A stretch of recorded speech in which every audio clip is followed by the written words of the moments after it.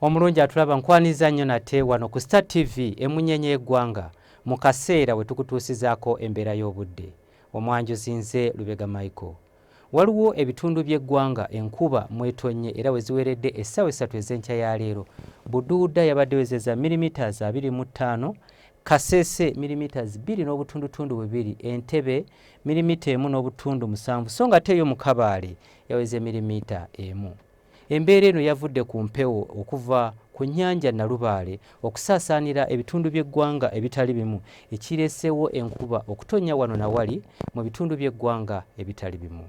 Enkya ku makya tusuubirayo oluwandaggirize ku bitundu ebyo ebyetoolodde ennyanja Nalubaale. Olwo ebitundu by'eggwanga ebisigaddewo ebirala tusuubira akasana okukeera okwaka.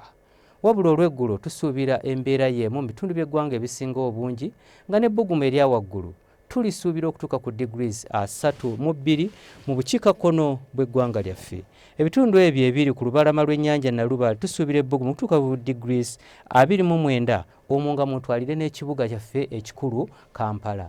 Olwo yo mu nsozi ez'e Kabaale ebbugumu erya waggulu tulisuubira okutuuka ku degrees 24.